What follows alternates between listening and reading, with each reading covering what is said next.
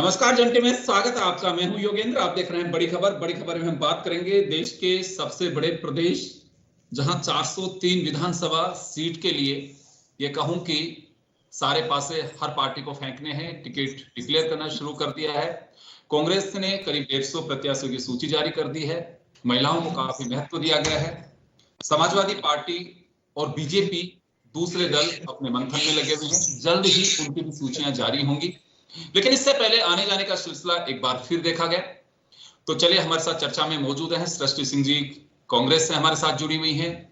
हमारे साथ अवनीश साख्य जी बीजेपी से जुड़ रहे हैं, और दिलीप कुमार शुक्ला जी हमारे साथ समाजवादी पार्टी से जुड़े हुए हैं। सभी का स्वागत है। और महामंडलेश्वर स्वामी आशुतोष आनंद गिरी जी अपना भारतीय सनातन पार्टी से हमारे साथ जुड़ रहे हैं। सृष्टि जी, आपके पास आना चाहूंगा सबसे पहले। जी, पहली सूची 150 लोगों की आपकी जारी हो चुकी है। महिलाओं को खासा महत्व दिया गया है, जैसा कि प्रियंका गांधी पहले ही ये बात कह चुकी थी। क्या आप खुद भी एक महिला हैं, और क्या कहा जाए इसे कि कांग्रेस का एक बड़ा तुरुप का पता चला है ये, या फिर अभी ये मान के चले कि वास्तव में महिलाओं को नीड है, महिलाओं को वो भागीदारी अभी तक नहीं मिल पाई जो मिलनी चाहिए? अगर महिलाओं को वो भागीदारी पिछली सरकारों में मिल गई होती तो शायद ये शुरुआत करने की, ये पहल करने की हमें कोशिश नहीं करनी होती। हमेशा से महिलाएं उत्तर प्रदेश में शोषित और वंचित रखी गई हैं। अब सेंटर से दूर रखा गया है, उन्हें घर की चार दीवारी में कैद कर दिया, उन्हें एक शौचालय का जुमला दे दिया, उन्हें वहीं तक उनकी सशक्तिकरण की बात की। प्रियंका गांधी जी ने आज जो शुरुआत की है, हमारे लिस्ट में आप जो नाम पढ़ेंगे और उनकी क्या क्या जर्नी रही है, किस तरीके से वो इस दमनकारी सरकार के खिलाफ लड़ती आई हैं, इनके अत्याचारों के खिलाफ लड़ती आई हैं और न्याय की उम्मीद रखी है उन्होंने कांग्रेस पार्टी से, तो वो सभी एक बहुत स्ट्रॉन्ग बैकग्राउंड से आती हैं, सोशल बैकग्राउंड से आती हैं। और प्रियंका गांधी जी ने जो शुरुआत की है वो एक सामाजिक क्रांति है, क्योंकि आज देश में पॉलिटिक्स, राजनीति नहीं हो रही, ह्यूगलिज्म हो रहा है। और सामाजिक, आप हम बात करें तो वास्तविक राजनीति है क्या? एक सभ्य समाज की परिकल्पना है, वो प्रियंका गांधी जी ने की। महिलाओं को आगे बढ़ाने की जो कोशिश है, वो उनकी आवाज को आगे बढ़ाने की जो कोशिश है, ये कांग्रेस पार्टी हमेशा से करती आई है, ये कोई नई बात नहीं है। उन्हें स्वास्थ्य, शिक्षा, सुरक्षा, इन सब मुद्दों पे आगे बढ़ाने की एक पहल है, प्रियंका गांधी जी के द्वारा है, और ये आगे भी हम करेंगे। जी बिल्कुल, निश्चित रूप से। चलिए अवनीश जी, आपके पास आना चाहूंगा। जी, आपके पार्टी के नेता जाने का सिलसिला जारी है। एक आपके मंत्री ने कहा है कि अभी वेट करिए, बहुत सारे लोग जो हैं वो हमारे संपर्क में हैं और भाजपा का दामन छोड़ के समाजवादी पार्टी में जा सकते हैं। ये लगातार ये झड़ी क्यों लगी हुई है? देखिए, आने जाने का तो सिलसिला बना ही रहता है राजनीति में। जब भी चुनाव आते हैं तो कुछ लोग जो है पार्टी से जिनको जो है उचित सम्मान ना मिल पाया हो, या फिर जो है जिनकी महत्वाकांक्षाएं ज्यादा हो, या फिर उनको जो है कोई और अवसर मिला हो, जो कि अवसरवादी लोग होते हैं, उनको कुछ और अवसर ऐसा मिल जाता है, वो पार्टी छोड़ के एक पार्टी से दूसरी पार्टी में जाते हैं। और ऐसा नहीं है कि ये भारतीय जनता पार्टी से ही लोग छोड़ के जा रहे हैं, समाजवादी पार्टी से भी छोड़ के भारतीय जनता पार्टी में आ रहे हैं, इसी तरीके से कांग्रेस से भी छोड़ के भारतीय जनता पार्टी में आ रहे हैं, या बहुजन समाज पार्टी से भी छोड़ के भारतीय जनता पार्टी में आ रहे हैं। तो ये आने जाने का सवाल इस वजह से, अवनीश जी, यह सवाल इस वजह से है कि अक्सर यह देखा जाता है पिछले कुछ सालों से कि बीजेपी के दामन में, यह कहूं कि कुनबे में काफी लोग आते हैं और यह सिलसिला चलता रहता है। आप लोगों का एक बयान आता है कि राष्ट्रवाद और राष्ट्रीय एकता, अखंडता के लिए जो लोग अगर आते हैं तो उनका स्वागत है, लेकिन अब की बार थोड़ा सा अलग दिख रहा है। ये बीजेपी के लिए झटका नहीं मानेंगे आप इसे? देखिए, बीजेपी के लिए झटका इसलिए नहीं है, बीजेपी भारतीय जनता पार्टी अपने सिद्धांतों पे चलती रहती है। कुछ अवसरवादी लोग जो होते हैं, जो कि पार्टी में कुछ प्राप्त करने की इच्छा से आते हैं, या फिर जो है कुछ बनने के लिए आते हैं, वो लोग आके अपना मकसद पूरा करके और अगले चुनाव में चले जाते हैं। वो ऐसे लोग देते हैं, आप लोग अवसर देते ही क्यों हैं? देखिए, पता तो किसी का नहीं होता। जब वो आते हैं तो इसी विचारधारा से आते हैं कि हम जो है राष्ट्र के लिए काम करेंगे, जनता के हित के लिए काम करेंगे, और वो 5 साल काम भी करते हैं, और 5 साल वो जो है सरकार की बड़ाई करते हैं और सरकार के जो है पक्ष में अपना पक्ष भी रखते हैं और पूरी जनता से यही कहते हैं कि सरकार बहुत अच्छी है, हमने ये काम किया, हमारी सरकार ने ये काम किया। लेकिन जब कभी कभी ये भी होता है, जब किसी के बेटे बेटियों को टिकट नहीं मिल पाती है, जब किसी को जो है जो उनकी ज्यादा महत्वाकांक्षाएं वो पूरी नहीं हो पाती हैं, तो वो क्या करते हैं, वो आरोप लगाना शुरू कर देते हैं कि साहब भारतीय जनता पार्टी में जो है इनका सम्मान नहीं है, उनका सम्मान नहीं है। लेकिन असल बात ये होती है कि वो सिर्फ अपनी महत्वाकांक्षाओं को पूरा करने के लिए एक पार्टी से दूसरी पार्टी में जाते हैं। ऐसे लोग तो चले जाते हैं, लेकिन जनता उनके साथ नहीं जाती है। जनता आजकल समझदार हो चुकी है, जनता अब जान चुकी है कि कौन अपने फायदे के लिए जा रहा है या कौन समाज के भले के लिए जा रहा है। तो ऐसे लोगों का आजकल पार्टी से जाने से कोई फर्क नहीं पड़ता है। जनता मन बना चुकी है, वो भारतीय जनता पार्टी के साथ है। जी चलिए, मैं वापस लौटूंगा आपके पास में। दिलीप जी हमारे साथ में जुड़े हैं, दिलीप कुमार शुक्ला जी। आप अभी आपने सुना जी, आप ही के साथी भाजपा के प्रवक्ता कह रहे हैं कि इससे कोई फर्क नहीं पड़ता है और अवसरवादी लोग हैं। ऐसे अवसरवादी लोगों को आप भी मौका दे रहे हैं? अवसरवादी कहने से पहले इन्होंने कहा था कि जिनकी इच्छाएं पूरी नहीं होती है, जिनको सम्मान नहीं मिलता है, इस बात को आप नोट करिएगा। दो चीजें होती है, सम्मान मिलना और इच्छा पूरी होना, दोनों में। मैं वही आ रहा हूँ जिसको सम्मान नहीं मिलता है। सम्मान देखिए क्या है कि जो भी इनके पास लोग गए थे नेता, उनको सम्मान की लड़ाई किस प्रकार से हो गई, क्योंकि इन लोगों ने उनको बरगलाया था कि तुम हमारे पास आओ, हम तुम्हें राष्ट्रवाद सिखाएंगे, हम तुम्हें समाज में उत्थान सिखाएंगे। तो कुछ लोग भ्रमित होकर के जो इनके पार्टी में गए, हालांकि इनके पार्टी के लोग नहीं थे, लेकिन इनके यहाँ जाने के बाद उनको कौन सा सम्मान नहीं मिला। देखिएगा जब 2017 में विधानसभा चुनाव के बाद योगी आदित्यनाथ जी जब मुख्यमंत्री होते हैं, मुख्यमंत्री की गद्दी पर बैठते हैं, तो एक हफ्ता 10 दिन के बाद ही 125 उनके विधायक बागी होकर के उनके खिलाफ धरना पर बैठ जाते हैं। उनका मुद्दा क्या होता है कि मैं आपके पास जो है आपका सम्मान करने के लिए नहीं आया हूं, देश का सम्मान, प्रदेश का सम्मान होना चाहिए, इसलिए मैं आया हूं। और इन लोगों ने क्या किया है, सिर्फ इनके जब ये जाते हैं, इनके आप मुख्यमंत्री के गद्दी पर बैठते हैं, तो इनके अंदर बताइए कौन सी सामाजिकता वाली भावना है कि अगर कोई किसी पिछड़े वर्ग का कोई आता है तो उससे उसकी गद्दी को धुलवाते हैं। क्या उन नेताओं ने इनका साथ इसलिए दिया था कि आप अपने यहाँ उनको सेकंड श्रेणी में रखेंगे? अवसरवादिता तो इनकी है। आप देखिएगा कि उन्होंने राष्ट्रवाद का एक नाम लिया हुआ है। राष्ट्रवाद इनके तरफ से नहीं चलता है और इनके तरीके से नहीं चलता है। राष्ट्रवाद का एक अपना नियम, कानून और धर्म होता है। आप देखेंगे ये धर्म का भी नाम इन्होंने लिया। आपके घर में भाई साहब, भारतीय जनता पार्टी के नेताजी, आपके घर में भी श्री राम जी का मूर्ति लगा या फोटो लगा हुआ आप देखे होंगे ना, होगी आपके यहाँ। जब आपका कमरा बंद हो जाता है तो छिपकलियां निकलती हैं, वहां से छिपकली निकलती कीड़े मकोड़ों को खाती हैं, लेकिन जब लाइट जलता है तो छिपकली उसी राम जी के पीछे, तस्वीर के पीछे चली जाती हैं। उस प्रकार के छिपकली वाले काम आप लोग कर रहे हैं। हिंदुस्तान और उत्तर प्रदेश की जनता जानती है कि जब तक समाज में ऊंच नीच के पचड़े से आदमी बाहर नहीं आएगा, तब तक न राष्ट्र का निर्माण हो सकता है, न प्रदेश का निर्माण हो सकता है, न आदमी के व्यक्तित्व का निर्माण हो सकता है। आप राष्ट्रवाद की क्या बात करेंगे? वापस आऊंगा मैं, शुक्ला जी वापस लौटूंगा। इस वक्त स्वामी जी हमारे साथ में जुड़ चुके हैं, आशुतोष आनंद गिरी जी। इनका अपना एक दल बनाया इन्होंने। और जी स्वामी जी, क्या रहेगी भूमिका आपके दल की?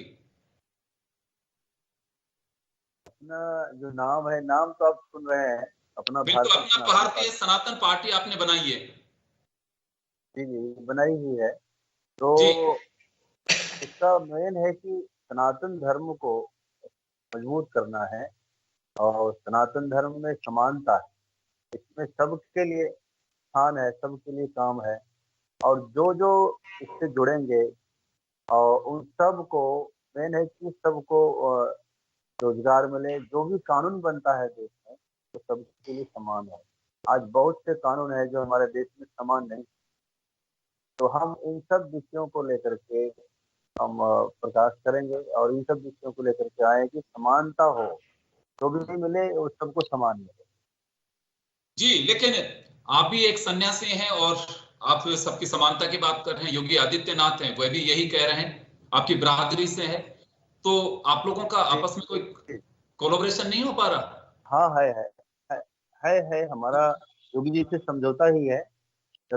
योगी जी से समझौता करने वाले सनातनी कैसे हो सकते हैं? मैं आऊंगा। आप मुझे बताने का काम करिएगा। आप भारतीय जनता पार्टी की बी टीम बन करके योगी जी के साथ आप जो है गठबंधन करके अपने आप को सनातनी बोलते हैं। धिक्कार होना चाहिए आपको अपने आप को सनातनी बोलने पर। दिलीप जी, मैं क्या होता है जहाँ जात पात सनातनी होने में क्या विरोध है? योगी जी के सनातनी होने में क्या विरोध है, बताइए जनाब। अरे योगी जी सनातनी है ही नहीं, सनातनी के नाम पर, धर्म के नाम पर जनता को लूट रहे हैं, देश को बरगला रहे हैं, हिंदुस्तान और उत्तर प्रदेश की जनता को पकड़ रहे हैं। कैसे सनातन हो सकते हैं? दिलीप जी, हम हिंसा नहीं होती है, लेकिन योगी जी और आपके अंदर कितनी हिंसा है, कितनी कड़वाहट है, कितनी बेमनसुता है, कितनी अमानवीयता है। आप इसको आप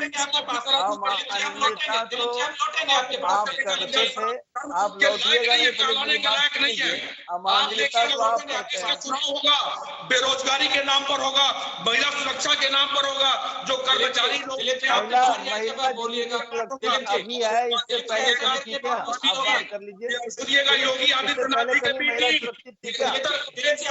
इतने सारे आपके प्रधान नेता कहते हैं इसमें गलती हो जाती है।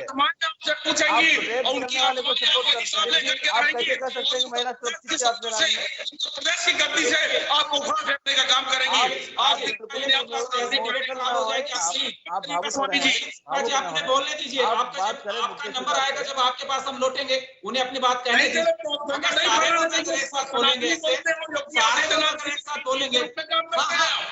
आपका ऑब्जेक्शन है, आपका वक्त है जब आप जरूर बोलिएगा। अभी आप बोलेंगे, सृष्टि जी बोलेंगे, अवनीश जी बोलेंगे, ऐसे आवाज जा नहीं पाएगी। आप सुनिए एक बात, जो स्वामी जी बात कर रहे हैं, आप सुनिए, मैं आपके पास में आऊंगा। जी स्वामी जी, आप कंटिन्यू करिए आपकी बात को। मेरा यही कहना है कि सनातन धर्म को जो मजबूत करता है, हम उसके साथ है। जो सनातन धर्म के खिलाफ जाएगा, तो बीजेपी से गठबंधन कर रहे हैं क्या? आप बीजेपी से गठबंधन कर रहे हैं? हाँ कर लेंगे। मैं पूरे क्षमा याचना के साथ कहना चाहता हूँ। शुक्ला जी मैं लौटूंगा, दिलीप जी मैं लौटूंगा, प्लीज। जारी है जी, तो समझौता कर रहे हैं या फिर आप उनमें पार्टी को मर्ज कर रहे हैं? चर्चा नहीं, पार्टी मर्ज नहीं होती है, चर्चा जारी रहेगी हमारी, वो संपर्क जारी है और कई जगह से चर्चा हो रही है। बहुत जल्दी जो है आपको समझ में आ जाएगा, प्रकाश में आ जाएगा। अभी हम घोषणा नहीं करने चाहते हैं दरअसल में। जी, कितनी सीटों पे दावा कर रहे हैं आप? चुनाव कितनी सीटों पे लड़ेंगे? हमारा जो है 10 तो यदि समझौता होता है तो 10 पर लड़ेंगे, नहीं होता है तो हम आप भी और आपकी भारतीय जनता पार्टी की दिलीप जी प्लीज, मैं लौटूंगा आपके पास में, आप थोड़ा सुनिए अभी। क्या बोल रहे थे? जी चलिए, मैं वापस लौटूंगा आपके पास में। सृष्टि जी, आप कुछ कहना चाह रही हैं बीच में, फिर मैं सवाल लूंगा आपसे। देखिए, अभी इस पूरी चर्चा में हम वापस धर्म को ले आए बीच में, धर्म पे डिस्कशन होने लगा, जबकि आज उत्तर प्रदेश के असल मुद्दे हैं यहाँ पे बेरोजगारी और महंगाई।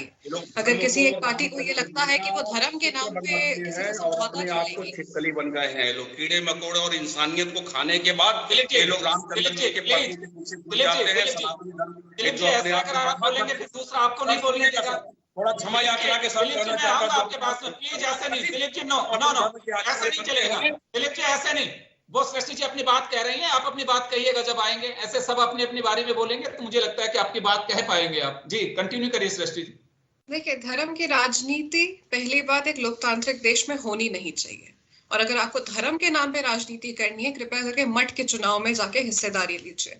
अगर आप एक लोकतंत्र में चुने हुए मुख्यमंत्री बनते हैं या कोई भी मंत्री बनते हैं, तो आपका सबसे पहला धर्म होता है राजधर्म, वो भी सबसे बड़ा धर्म है अगर आप राजनीति में हैं तो। और राजधर्म के अंदर चाहे सनातनी हो चाहे कोई और धर्म हो, वो सब एक है। सबसे सर्वोपरि एक धर्म होता है इंसानियत। मतलब ही होता है सभी एक है, सनातन का मतलब अलग होता ही नहीं है। वापस लौटूंगा स्वामी जी, वापस लौटूंगा आपके पास में। सृष्टि जी अपनी बात कह लें, मैं लौटूंगा आपके पास होने के लिए। जी सृष्टि जी अपनी बात पूरी करिए। मतलब हमारी जो पार्टी जब आप धर्म कर रहे हैं। स्वामी जी मैं लौटूंगा आपके पास में। अगर सारे लोग बोलेंगे, हम लोग ऑन एयर हैं, तो ऐसे आवाज आप लोगों की जा नहीं पाएगी। अपनी बात एक एक कहिए। सृष्टि जी बोलिए, कंटिन्यू करिए आप। आज हमारी जो लिस्ट आई है उसमें उत्तर प्रदेश में एक नई राजनीति की शुरुआत की गई है। हमारे जितने प्रत्याशी आए हैं वो संघर्ष करने वाले हैं और उत्तर प्रदेश को आगे बढ़ाने की सोच रखने वाले प्रत्याशी हैं और उत्तर प्रदेश की जीत सुनिश्चित कराने वाले लोग हैं।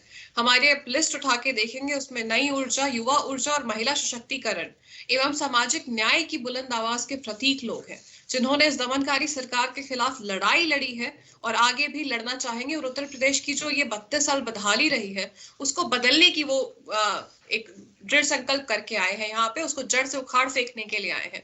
तो कांग्रेस पार्टी धर्म के नाम पे ना आज तक राजनीति करती आई, ना आगे करेगी, ना बंटवारे की राजनीति करेगी, ना 80-20, ना 85-15। कांग्रेस पार्टी ने हिस्सेदारी की जो राजनीति की है वही हम आगे ले जाएंगे और तभी उत्तर प्रदेश का कायाकल्प होगा। कांग्रेस पार्टी ही इस उत्तर प्रदेश में एक विकल्प है जो यहाँ पे बदलाव ला सकती है। जी चलिए, कांग्रेस ने सबसे पहले लिस्ट जारी की और कहा यह जा रहा है कि जी बहुत वर्ष से विकल्प बनी लेकिन बदलाव कुछ कर नहीं पाई कांग्रेस पार्टी। एक सवाल उठ रहा है स्वामी जी, स्वामी जी एक सवाल उठ रहा है,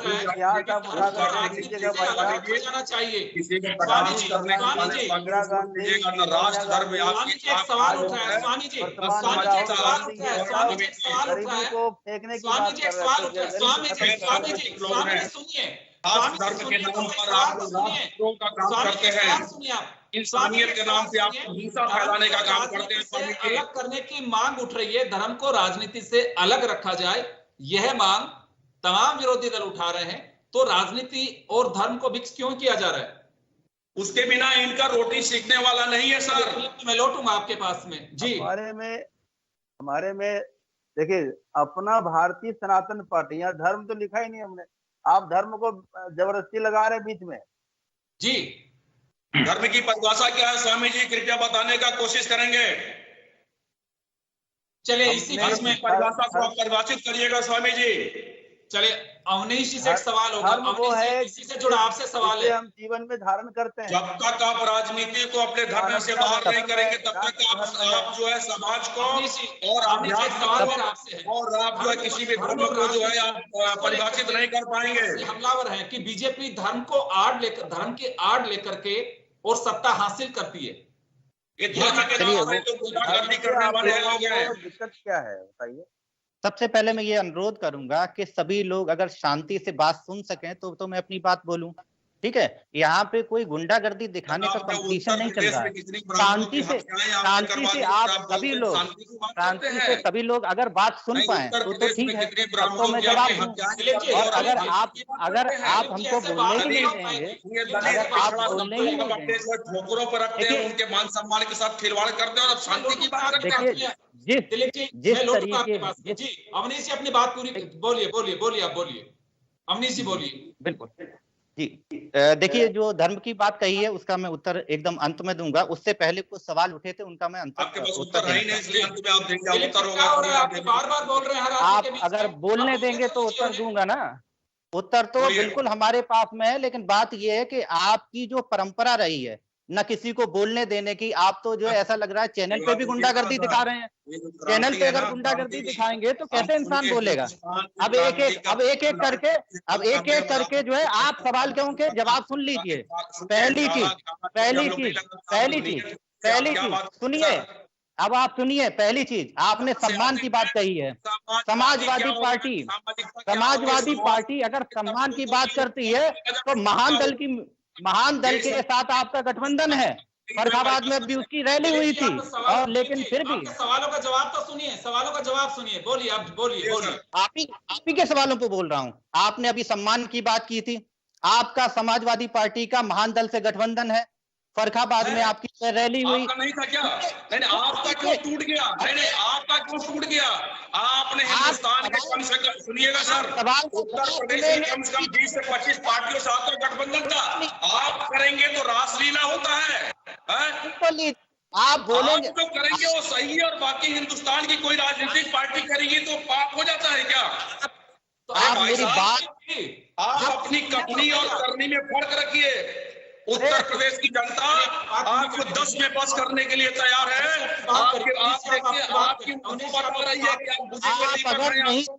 उत्तर प्रदेश की जनता आपको नकार चुकी है। समाजवादी पार्टी ऐसे ही गुंडागर्दी जनता में दे